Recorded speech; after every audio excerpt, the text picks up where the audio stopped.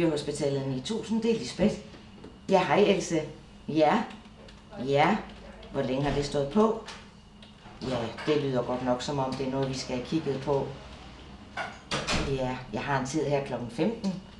Jamen, så ses vi der. Hej så længe.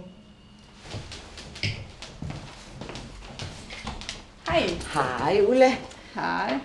Det var tandtjek, kan jeg forstå, ikke Ja, også? det var så lige præcis. Ja, du kan lige få en guffen her imens. Ja. Og jeg kan også se, at Jon han er klar til jer. Det lyder godt. Til jer. Så det var kun et lille øjeblik. Det lyder rigtig godt. Kiska? Kom ind, far. Kom til sådan. Det var godt. Kom her. Vi skal altså lige have kigget på dig. Ja. Det var så dygtigt. Lad os se på det, Miska. Kiska. Der vil være en god gang tandsten herinde. Og den anden side. Kom med.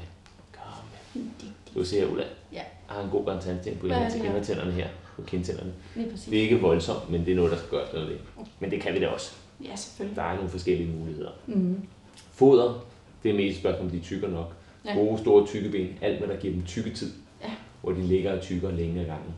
Hvis det er ting, de spiser for hurtigt, så har det ikke nogen effekt. Nej, okay. Du kan selvfølgelig børste tænderne, og vi har selvfølgelig mulighed for at fjerne det med ultralyd under bedøvelse. Ja. Du kan blande noget i drikkevandet, som gør, at der ikke kommer den her plakdannelse, og så får vi heller ikke tandsten. Okay. Så der er muligheder nok. Det er egentlig lyder bare rigtig smart. at vælge, hvad der passer til jer. Okay. Og det er jo smart. Men vi kan sagtens få bukt med det. Ja. Det var godt, Kiska. Du er så dygtig. Tak for i dag. Kom, Kiska.